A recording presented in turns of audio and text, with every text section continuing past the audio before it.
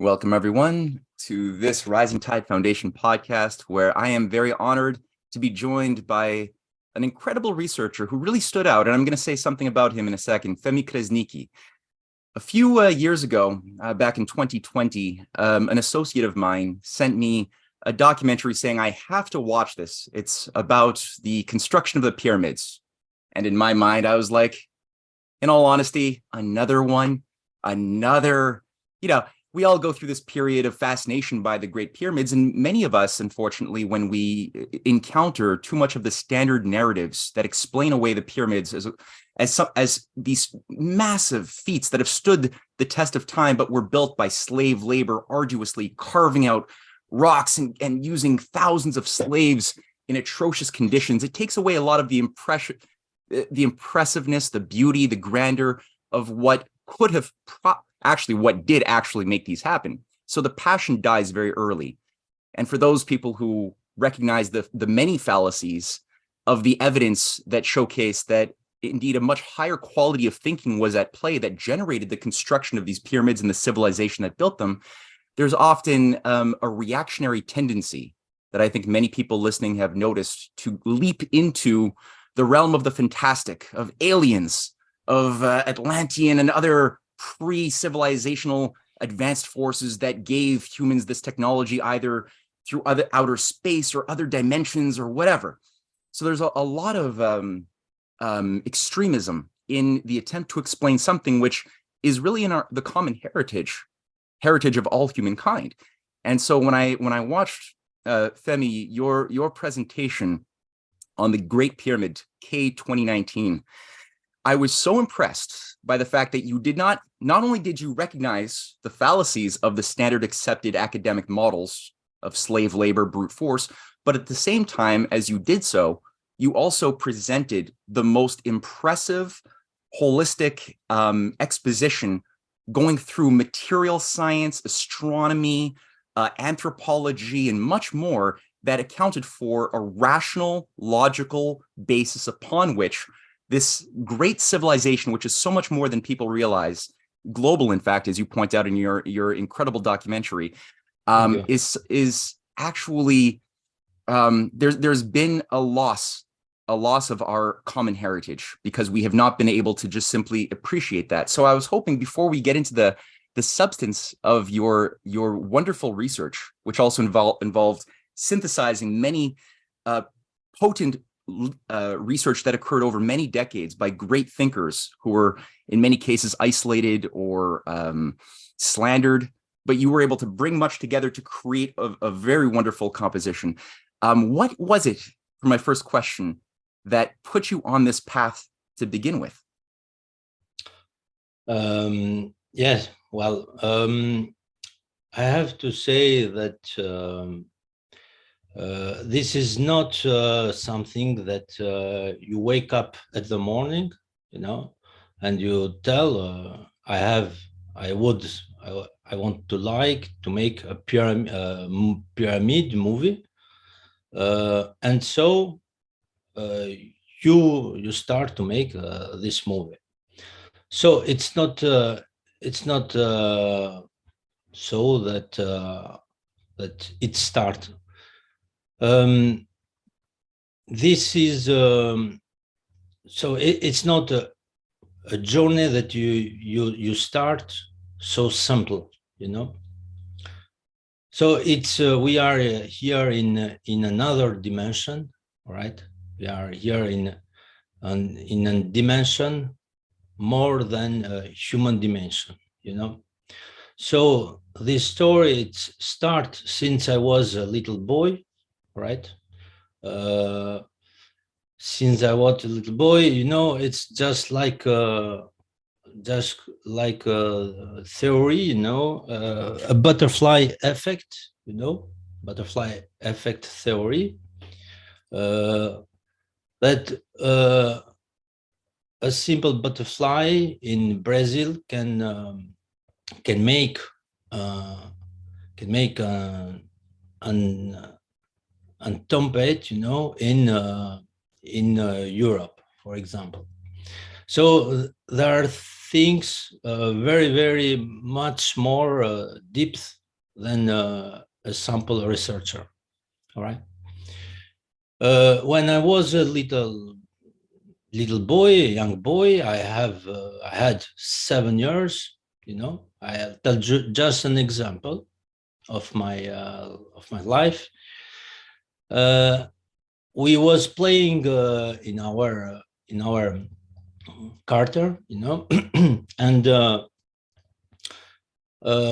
behind this our place, it was a building in construction, and suddenly the rain starts. It was a summer day, and the rain starts at this moment.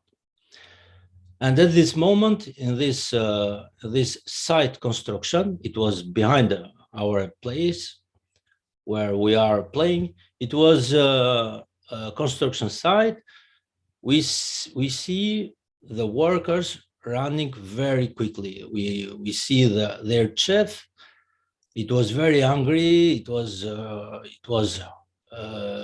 was telling to the workers, hurry up, quickly, very quickly. He was very, very nervous.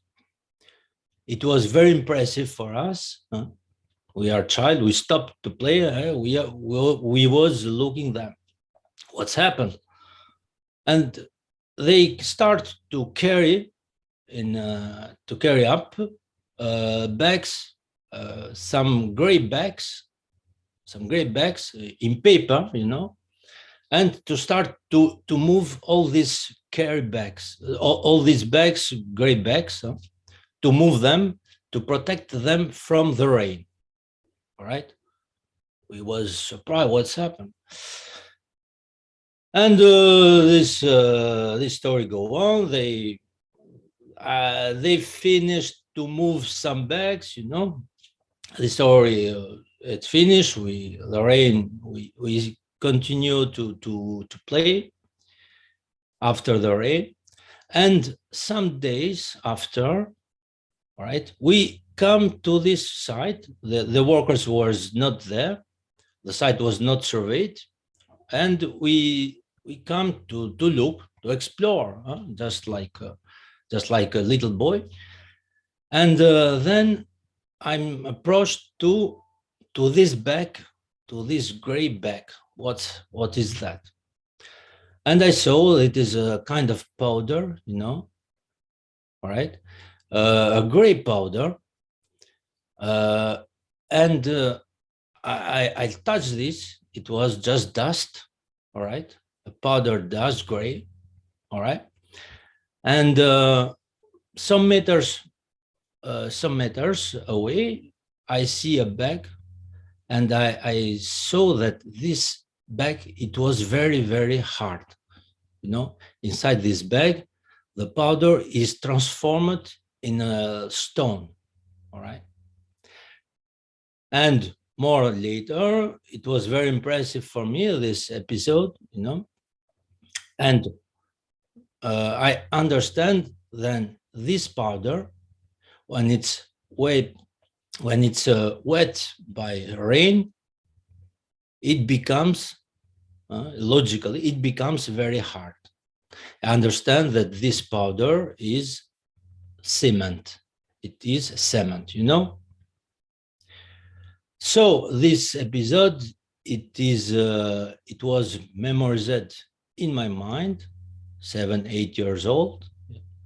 And this episode will become 20 years later in this documentary movie. I have to say my English, it's not very, very well, you know, because I didn't have occasion to practice, you know, but I read quite well English. So did you understand quite well my story, Yeah. You took it to a much younger age where the light was sparked than I'd anticipated. And don't worry about you're completely intelligible, and your English is just fine. And indeed, your childhood insight did certainly play a major role in presenting one of the many surprising concepts that allowed for the unlocking of several paradoxes that you showcased in the course of your research. And I was just thinking to myself, Einstein has a similar story. When somebody asked him about his insights later in life, he goes back to when he was about 4 or 5 years old, looking at a compass, and was just always shocked as a child, looking at the fact that there was some invisible influence that was causing the compass to always point in a certain direction, and it was something that he couldn't get out of his mind, and it grew and grew as a healthy obsession, to the point that it sparked many inspired insights and discoveries later on in life. So often, the experiences we have as a kid, when we have no prejudices, no assumptions about the way the world works, often offer us a useful guide later on in life when we're trying to problem solve it. And so, as I said in my book, it was something that guided me in every step, since I was a little young, but it will be so long to explain all this, all the experience that I have. Sure. So I would like to present the book, if you want, the book that it's coming up in French. Absolutely. I don't know if it's my screen is shared. I can see your screen just fine. That's right. And this is the book that is also going to be translated into English soon, right? Yeah. So the book it's here in French, in Amazon Cultura Decide in French. All right. I found a crowdfund to participate for the translation of book in English. Here in my website, you have the link to GoFundMe to translate the book in English.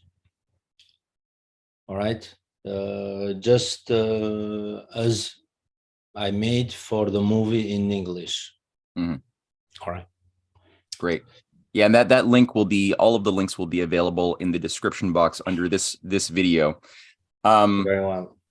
So did you have anything more to say about the book, or shall I ask my first big question? Another way. So another things that I have to say. So I understand with the time that we are guided. I was guided by this entity that we called God, someone else called great creator, someone else called great architect, the creator of everything, the supreme intelligence, and I was guided by this entity to this movie. Now, every time it was just a journey, Look at this year, look at this this subject and the others, and so go on. I was taken by hand, to look everything, to look the humanity. So I was taken by hand by this entity.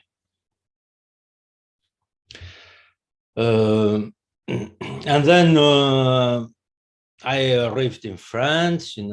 I made a school of beautiful college, of the arts. All right. So we make. I've made study in architecture, in painting. Painting, I was very good in most of science.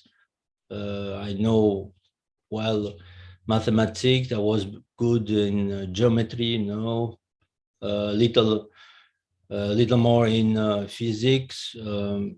I made in our school of beautiful arts in Albania. I made painting and sculpting. So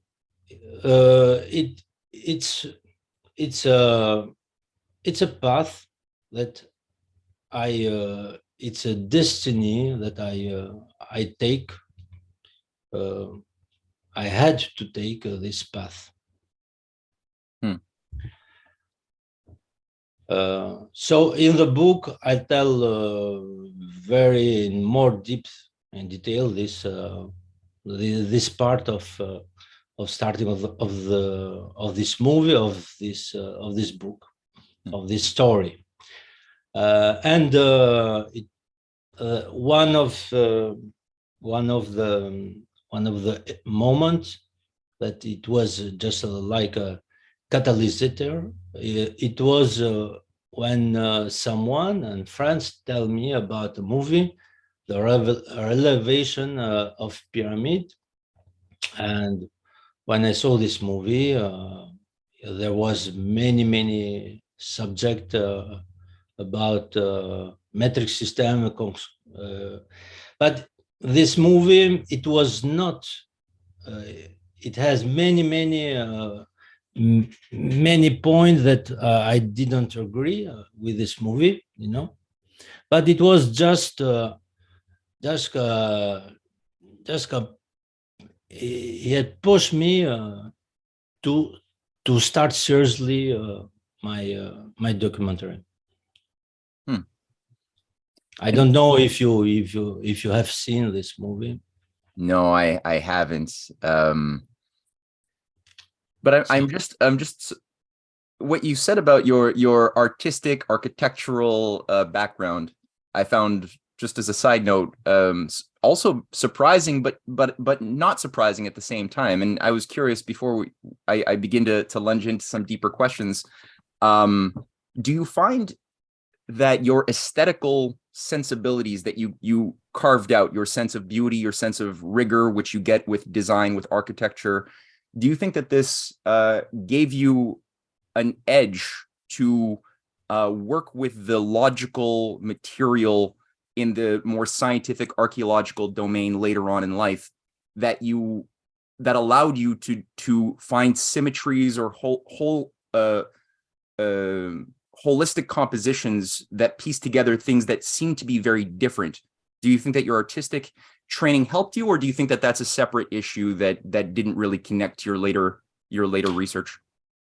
Yeah, it was very. It's an age. It's very important. This part of my life. It was very important. We make study. We call this study to draw a sphere. Our professor put in the stage, put a sphere, a cube, a pyramid in a meter, how we call this, in plâtre. Plâtre. Plâtre, we call. Wait just a moment. How we call this? He put a pyramid inside of a sphere. In plaster, Oh, plaster. Yes. Yeah, plaster. Our professor of beautiful art, it was a painter. We had many painters.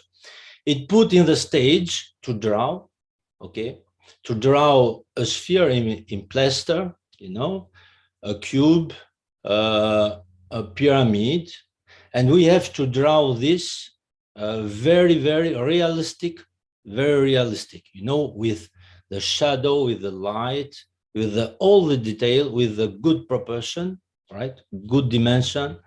We call this Russia school, Russia Designer School, Hmm. right? Then we have a pencil, and we have only with a pencil and the eraser, we have to draw this very, very, very well, just like a picture, just like a photo, you know. And so we have to understand the perspective of the line, you know. The perspective, we have to understand the light, the dimension.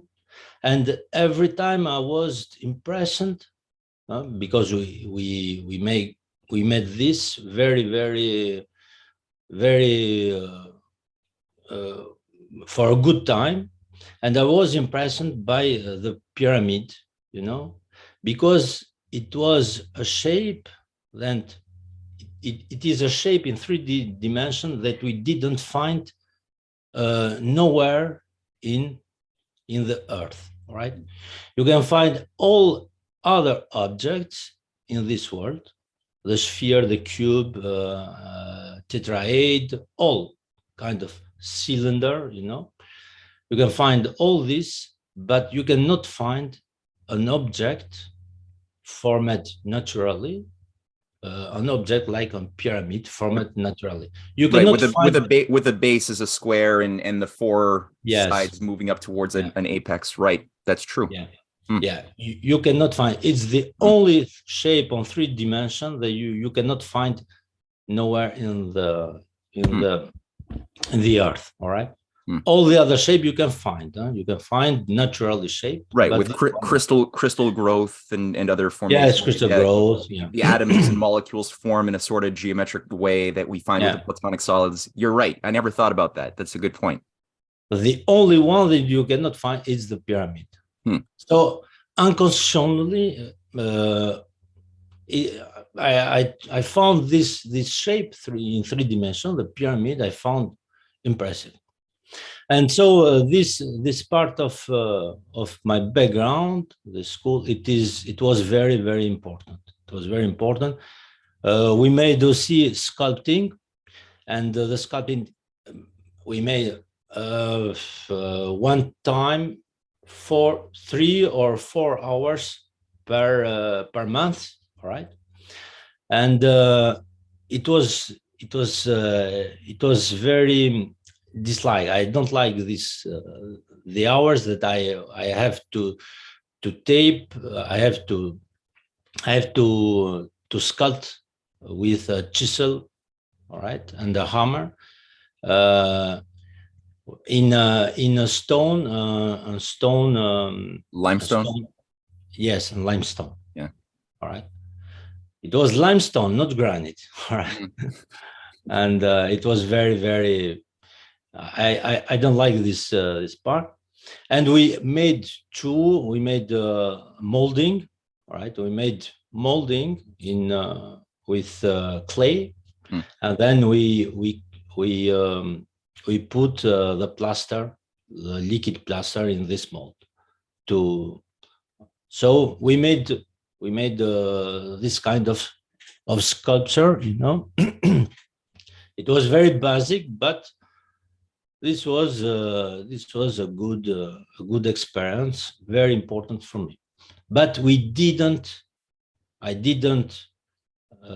didn't see nobody explain us about the golden ratio pi in the beauty arts, right? Nobody. So it was just a school, artistic school. That's right. Mm-hmm. Mm-hmm. Well, you know, and it's interesting that your experience, which unfortunately in the younger generations today who go through fine arts, and I love the fact that in French you translate it directly as beautiful arts. It's lost with the term fine arts in the English language, but fine today art. It's become increasingly postmodernist, and young people don't really get the experience even of the basics that you received when you were younger, of actually thinking about how your mind and your heart should harmonize when trying to express beauty in the world around you. And I found that it was sort of, I guess, your introduction to spherics in a sense, because that would be how ancient civilizations looking at the night sky saw the Yes. stars on a sphere, and were beginning to look at geometrical relationships in the night sky, right? Yeah. In fact, you know, in my country, we didn't have internet. Internet is very recently. We didn't have video game. All right. So the only pleasure that we had, it was the books and to observe, to play outside and to observe the nature. So I observed in all my life, I observed very well. I observed much long time the people's nature, how this object it move. Why is this? That's things it was made and so. So I was very curiously and very observative man. So Mhm. and so this was it was a stone, a little stone that it will serve to me for the great puzzle. Good. For Good. All right. So now in your presentation, one of the first things that you lay out, and you lay out a lot, is that the evidence will showcase that when we look at it honestly and without any artificial narratives speaking into our ears, but really just look at the evidence, what we see is that, and you make the case that the pyramids were largely built by free educated workers and not slaves. Can you say a little bit more about some of the evidence that took you to that conclusion? yeah. So I'll open a document. Okay. So this image, this picture, this drawing, are most of drawing that we saw everywhere. Mm-hmm. So this came at the beginning from the Ehret, you know. Ehret, he lived in 450, around 450 BC, and he heard this story that the pyramid was constructed by slave from the priest at this moment, and from this story of Herodot it come 2,000 years after the construction of pyramid, and from the story of Herodot, all the story of construction of pyramid is written from this story, and so people draw Egyptian like that the Egyptians have slavery in this period. And just to be clear, are we referring to the specific Great Pyramid of Giza or a variety of pyramids built 2,400 years BC? I'm speaking to the slavery at this.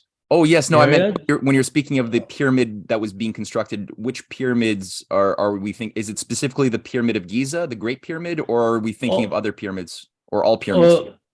Especially the pyramid. Herodot he speak about the Pyramid of Giza, Pyramid of Khufu, all right?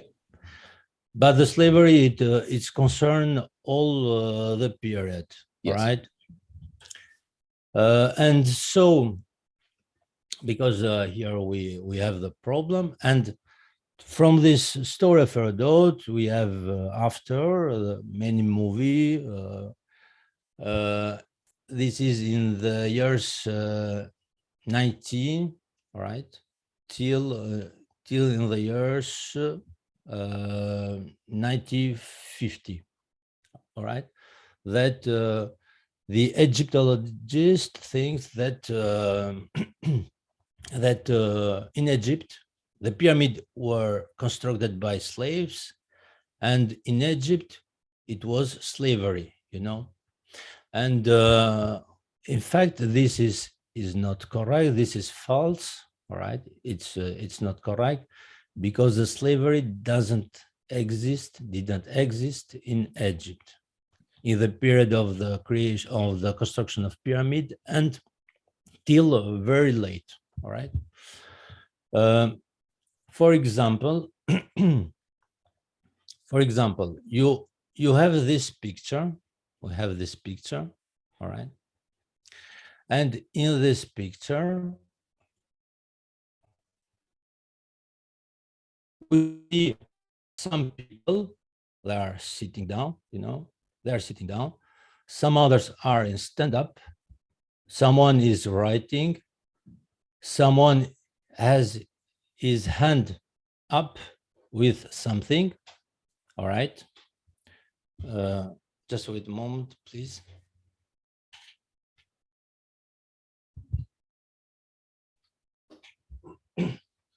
And all right, this is a relief. All right. And we saw how can we interpret it, this relief? All right. But I see, for example, I see some people that it seems look like Nubian. All right. Mm-hmm. The other are maybe Egyptian. All right. And they are sitting down and they are looking, they are learning something. And this is my interpretation. All right. But the problem, you can see here the interpretation of Wikipedia. Sorry. That this is a slave market with Nubian sold, with Nubian to be sold. All right.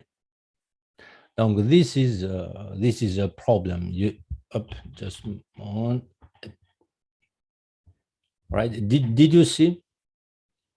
Yes. Yeah, no, I see the problem. I mean, it's wide open for interpretation because there's no evidence of shackles or people being beaten or anything. Yeah, that's right. So this is the picture that I extract, and we can read here slave market with Nubian, waiting to be sold. Mm-hmm. We have no evidence that that it is a market of slave. You know, maybe as I tell you, maybe it's right up. Maybe there are people in waiting for something or etc. etc. All right. Mm-hmm. So we have another things, another picture. Here we see people, they are attached. All right. And attached, they are in the ground, and they are, as I see, they are prisoner of wars, right? They are prisoner of wars, prisoner of wars, right? They have the hand attached, all right, Mm-hmm. and here the neck, Mm-hmm. neck attached. Yep. So it's right. It's very comprehensible. It's very correct to see that these are they are prisoner of wars, but they are not slave. All right. Yeah. They are prisoner of war, and maybe I don't know what will happen with this prisoner of wars. Did they will stay in the village, in the city, or they will be back, or they maybe will be killed. All right. But slave, it's very complicated for Egyptian to manage to administrate the slavery. all right? So,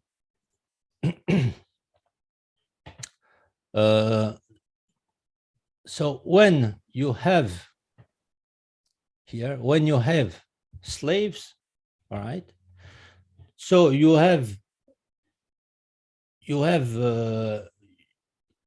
need a soldier for a slave, all right? A soldier to survey a slave if there was a slave. So if you have a soldier for 1 or 2 slaves, how did you manage? How did you administrate 1,000, 5,000 slaves? It's not possible, right? You have to, in this case, if you have 5 slaves, you need minimum 3 or 5 soldiers, all right? And this is very, very, very complicated to administrate 1,000, 2,000 prisoner of war to convert them in slaves, all right? So it's just logical that it's logical to understand that the slavery, it's not possible in Egypt at this time, all right? Well, I guess I would throw in one thought before you continue, which is that I think the popular narrative that many of us are exposed to is that Egypt was a society where the economy was entirely slaves. It was almost like there were no free people, almost the way they portray the amount of bodies needed to move the rocks and carve and do this arduous work for a small master class. It's so disproportionately extreme in their magnitudes, but I wouldn't say that necessarily. Like there is cases of India, right, which was under the control of the British Empire, which was able to administer India as an part of the empire with only 10, 20,000 British soldiers, but they were able to keep a local set of controls with house slaves and things like that, self-managing. So that there are case studies where a small force was able to manage a big society. How would you? Yeah, I understand very well. Pyramidal society, society. Yes, I understand. But I mean slavery. Just we know the definition in his terms. You know, slavery. We have definition of people that are definition in etymology. You know, people that they have no right. They are unchained. All right, they lived away from the other peoples, you know, from the autochthones. So it was in Egypt for someone who was in debt. All right, he have to pay. He cannot pay his debt. All right, it was. I have to say obligatory to purge his debt by working, all right, by working to purge his debt, you know. Yeah, But if you can't pay your bill, you have to wash dishes at the restaurant, right?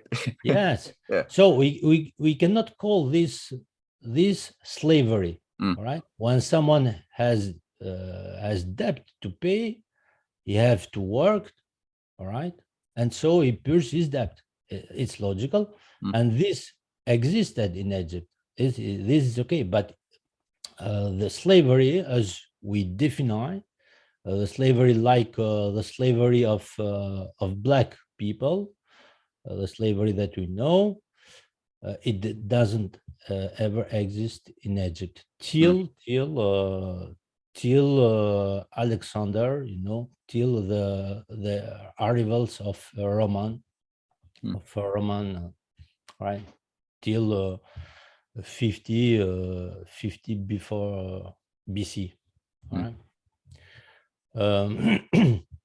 And many Egyptologists, almost of Egyptologists, are in accord that the slavery doesn't exist in Egypt. There was no slavery. The pyramid and all the civilization that we know, 4,000, 3,500 BC till 350 or 50 before BC, you know, it was free, right? It is constructed, it's a civilization constructed in free, in harmony, you know, and there was no slavery, right? This is just a myth, you know, that came from some deformation of story of Herodot and other. But this is still a very controversial thing, no, to say what you're saying, or are you saying that there's more agreement than I realize in the expert community about this?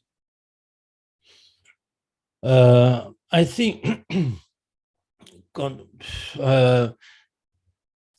it's not controversial, you know. In fact, since 1950. Almost of Egyptologists, as I said, accept it's in accord that slavery doesn't exist, doesn't never had exist in Egypt, you know. Okay. But the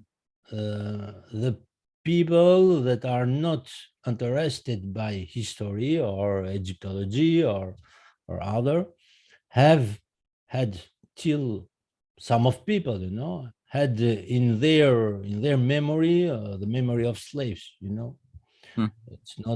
It's not something that I'm surprised, right? Zaya was, I said Zaya was, and many others has declared that Egypt, that slavery doesn't exist in Egypt. The pyramid was not built by slaves. All right. This is officially closed. All right.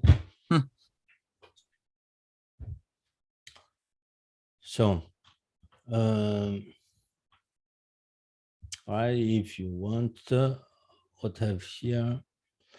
So, right, for here we have another example, you know. So, as you see here, I see someone. I don't. If you look this task, I see someone. Maybe he was making some exercise. You can make all interpretation. All right, but when we read here in Wikipedia, all right, here is written slave beating. All right. Which, yeah, I mean, this could be a variety of other things that involve maybe a moral lesson over why mercy should be chosen over vengeance, or there might be a moral story embedded within that image that is not simply slavery, you know? Yeah, we have a problem of interpretation, but we will see further the problem of Wikipedia. So that's about this part. They was free, right? It was free.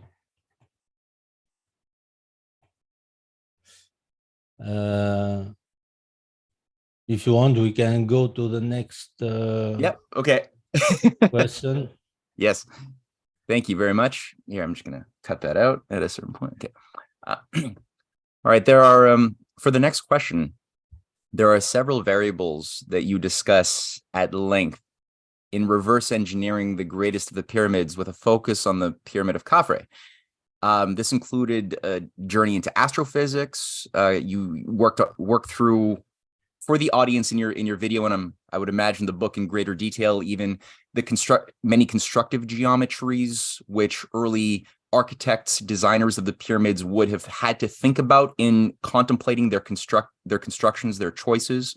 You work through the golden section. You demonstrate how very basic concepts, but that are somewhat transcendental, like pi, would have been encountered mentally by early truth seekers, and where they express themselves. And you even have an innovative introduction to the origins of the metric system as well, which I found very surprising.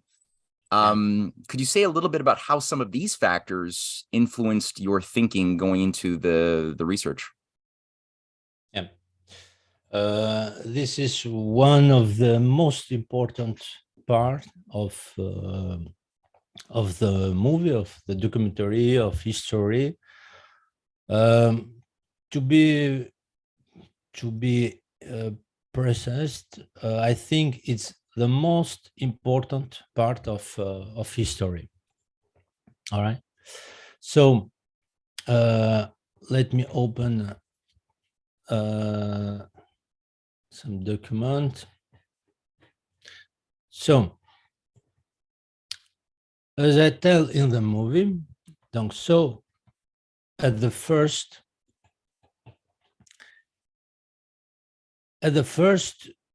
we have, if up, that's right. When we need to make trading, to construct, to start civilization, you know, we need a system, right? A system to count, to make it exchange and other. We need a system, all right? And the very first one system, it's a system decimal, all right? So is the system 10, like the 10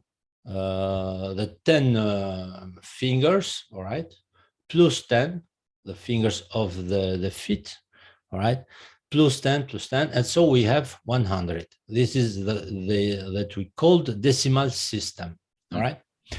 And this decimal system, so you change 10 apples for 10, tell me something, for 10 oranges. 10 orange, all right? Yeah. Or five apples for 3 orange, you know? Mm-hmm. So we need a system, and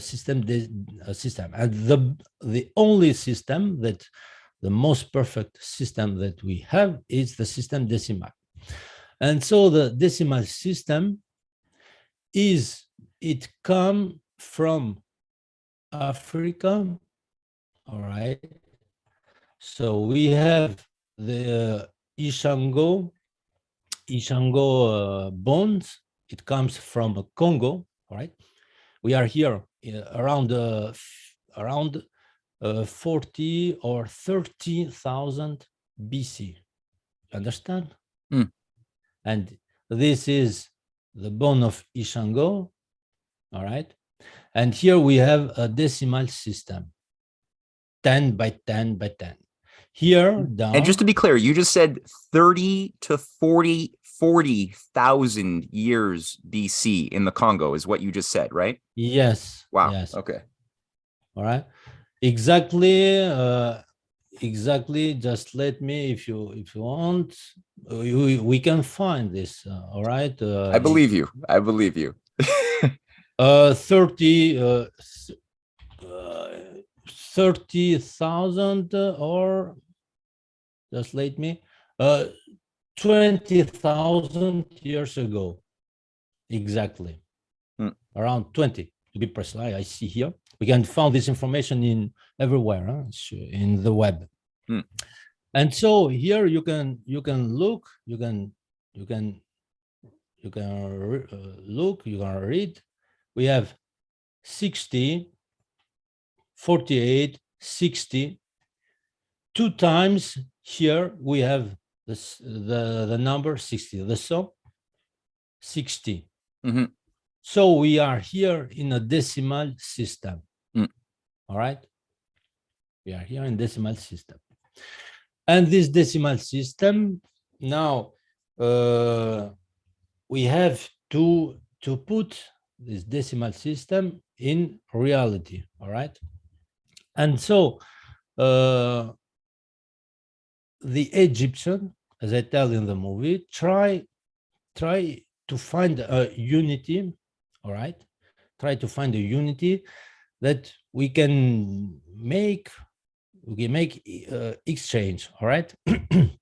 For example, if we need to measure something, all right, we have the decimal system 200. We need a unity that with this unity we can count, all right? So for example, we have a square, it's measure 1050, all right, 1050 what, all right? And the problem is what kind of unity we need, a unity that it will be unvariable. Yeah, that right? won't change. Something everyone can agree on, that can be used again and again over time, Again, that everyone yes. agrees on. Yeah. Yeah. And as you can see, as I explained in the movie, so if we take a unity, a base unity, for example, the grain of something, all right, a grain of grape or something else. The problem is that this unity we have to preserve very, very well, all right, because in some years this unity will be changed, all right. Mhm. This will change, Mhm. or maybe because if we up just one. If Yeah, you we could have small grapes in one growing season and big grapes the next season. the next season, yes, all right. And the problem is that in a very long distance, in a very long distance, this will change. It will take very, very, very great difference, all right. So we have to find a small unity that will never change, and this unity, it may be a finger, all right, or a grain.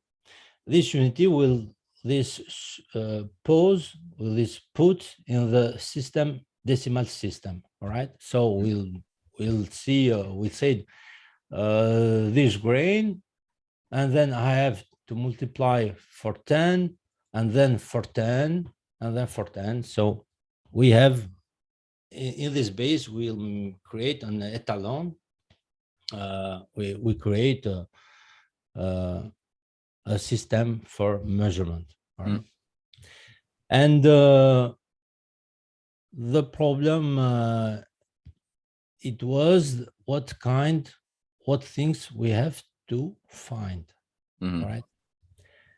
And here Yeah, because they, in the material world, everything in the material world is different, right? It's difficult to find two things that are exactly the same, even though in the intellectual world we can imagine these perfect shapes, perfect ideas quantitatively or at least conceptually. But then how do you overcome that problem of where do you find the practical measure in the material world is what you're getting at.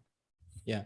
Mm. Because all the grain, for example, all the grain, it looks, you take two apples or two orange, it seems that are equal. In fact, they are not equal. No. All right, they are not equal, because when you have to put 1000 apples, all right, the difference will be very, very important, all right.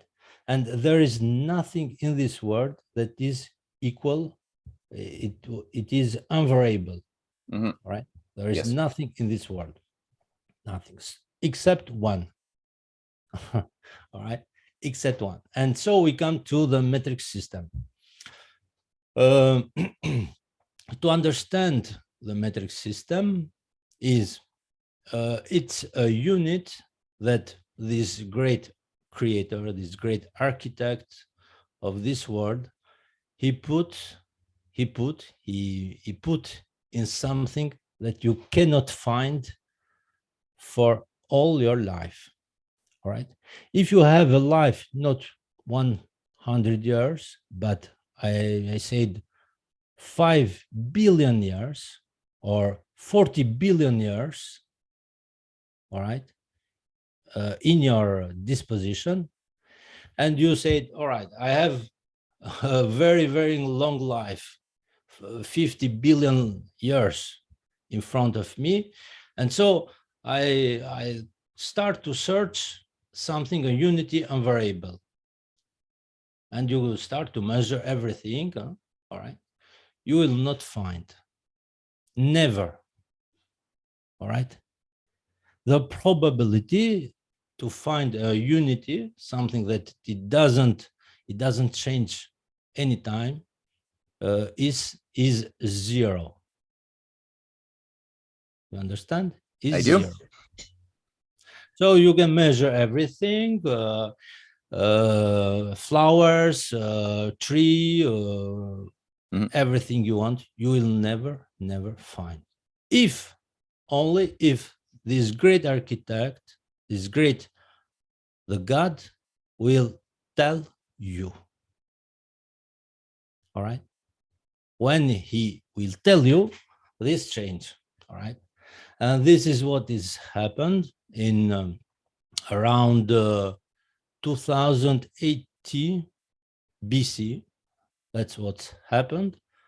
The great architect, God, gave the idea, a transmission to this Egyptian, go and search and measure the drop of water. All right? A drop of water. This unity is in the drop of water. All right. The drop of water is you have to put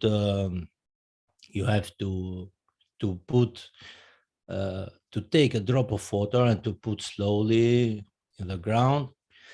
And when you measure the overage of the drop of water, the overage of this drop of water, of many drop of waters, the overage, you have the unit that we call today centimeter. All right. So yeah, that was something I had to try out myself with a little eye drop solution and a flat surface just to see if that result would occur. And sure enough, after I did dozens and dozens of droplets with, again, as long as, like you said, very gentle, no splashing, and you keep it you let it roll very naturally with the weight of gravity pulling and letting it form as a sphere of water and let it just fall properly and very, very gently onto a flat surface that's not absorbent. Indeed, that result is something that is replicatable. That was good. Yeah. And so I made a video, how we can obtain the meter, you know. And here you can see,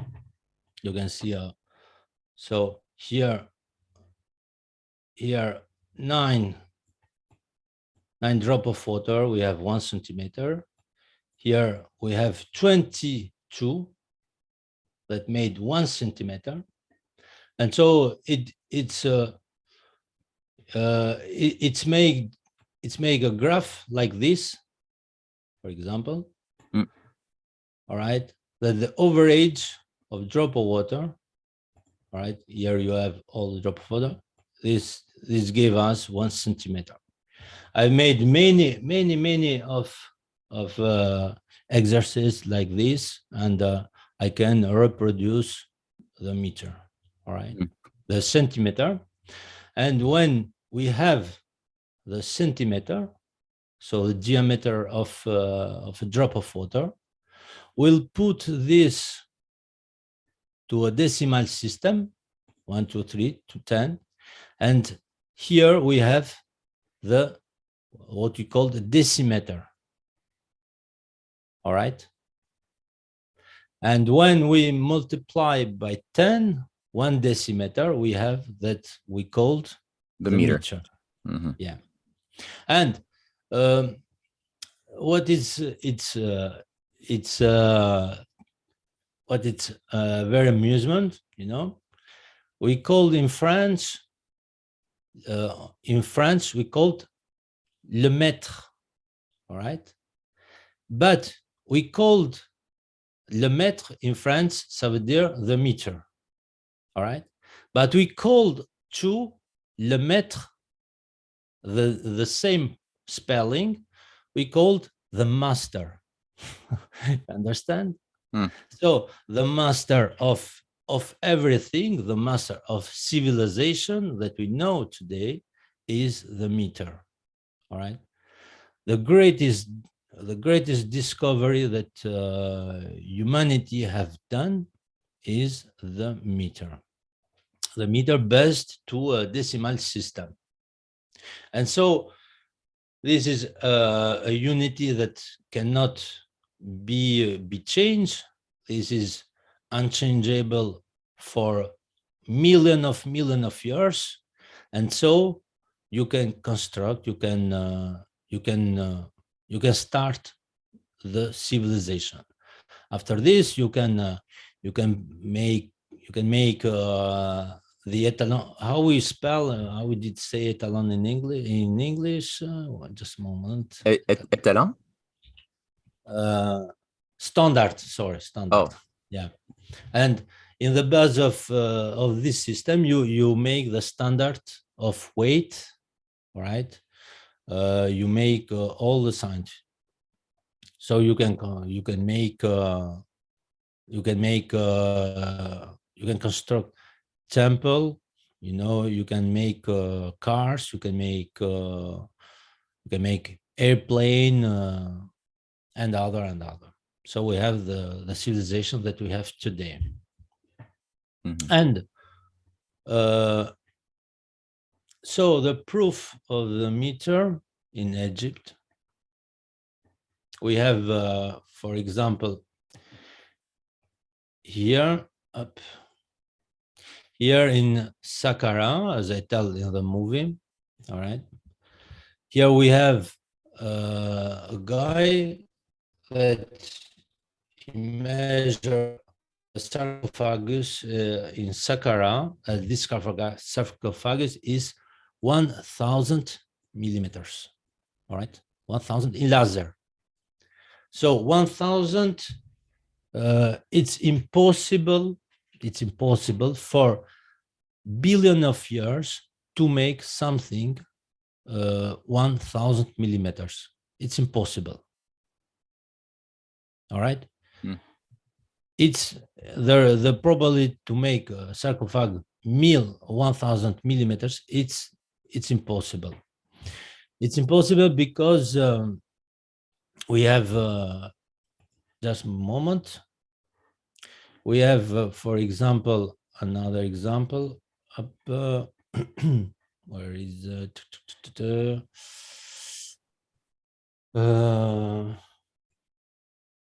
up here in the temple of Karnak? We have the obelisk. All right, and this obelisk.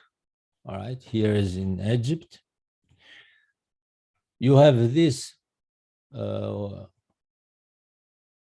this portion here, this part that it is measured. It makes 1 meter 0. All right.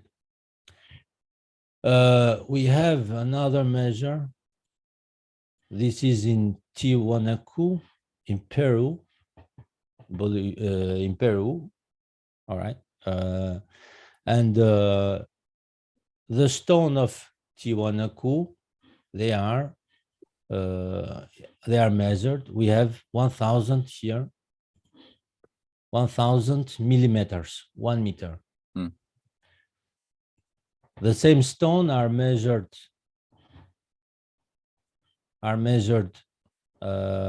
by archaeologues Strubel and Uhle, right? And we have here, they measured all the stone in Peru. So we have 1 meter, 60, 50, 30, 20 centimeters, all right? Here we have some other stones, all measured. Here we have 1 meter, the stone. It's Strobel and Uhle, two archaeologists in 1980, 1892. 1892, yes. All right. And here we have another 1 meter, 1 meter, right? Yeah. So this construction are from the archaeologists are 1500 BC. So after all this measurement that we find the meter in Peru, in Egypt, everywhere, before the convention of metric system in 1784 in France, all right? How it's possible, all right? How it's possible we find the meter, right? Because officially the meter, it was discovered, it was accepted as a convention in France in 1765, around this time. 1765, eh? Yes, 1765 with French Revolution, all right?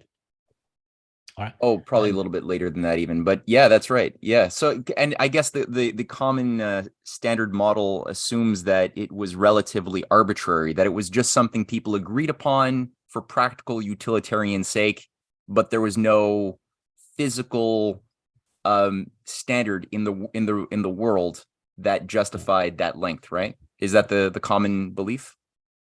You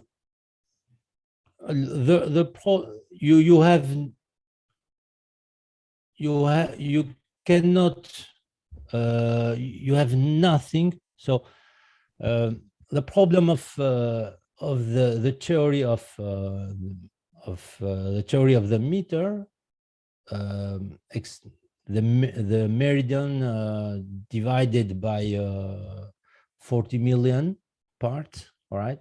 It's not correct, because this experience was never remade, all right? And we found the meter 1,000 years before the French Revolution, right? And the only things that we can find this unity is the drop of water, right? The overage of measure of the drop of water that we put slowly. This had the drop of water must to be stay fixed, all right? This tell us that this proof that the Egyptian had found the universal unit. Could they have let me ask you this, because the only other unit that I was able to think about that might serve this objective would have been the circumference of the Earth, around which I had read somewhere that the metric is in pretty close harmony if you derive it. Do you think it's possible as well, or as another hypothesis, that there would have been a way for the early Egyptians to have perhaps discovered the circumference of the Earth around which they derived the kilometer, the meter, and got at it from a top-down perspective, other than the bottom-up or would both be equally true, or is the water droplet theory more perfect than the Earth's circumference theory? So there are two things that are different. We must not have to mix all right. The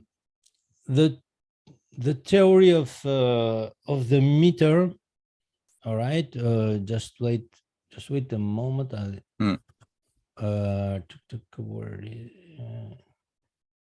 Just yes. So as you see here, so the theory of as you say, yes, the Egyptian has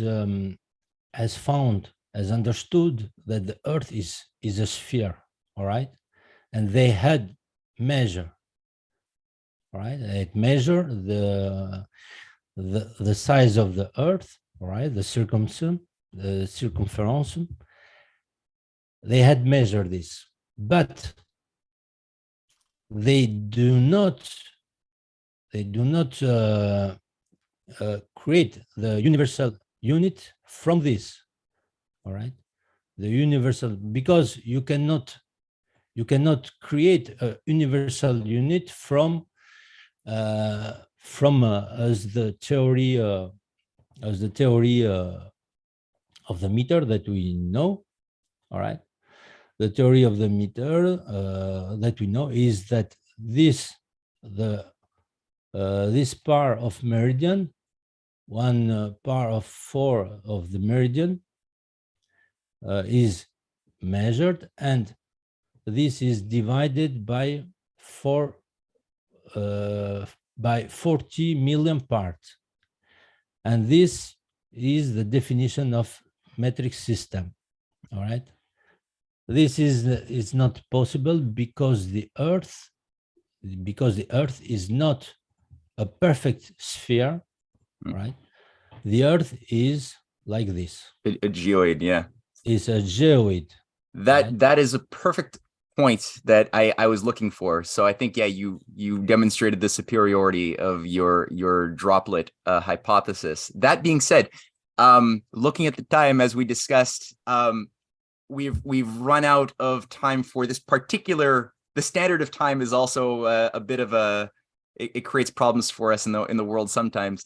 But would it be okay, since I know you and I have talked about a much longer set of deeper questions going into your research, including the golden section and pi that we still have to explore a little bit. Would it be okay to perhaps meet back in a few days and continue this discussion? Yeah. All right. Yeah. All right. Yeah. All right. It's no problem. Wonderful. Thank you so much, Fehmi. And I really do appreciate you taking the time to share this wonderful research and insight.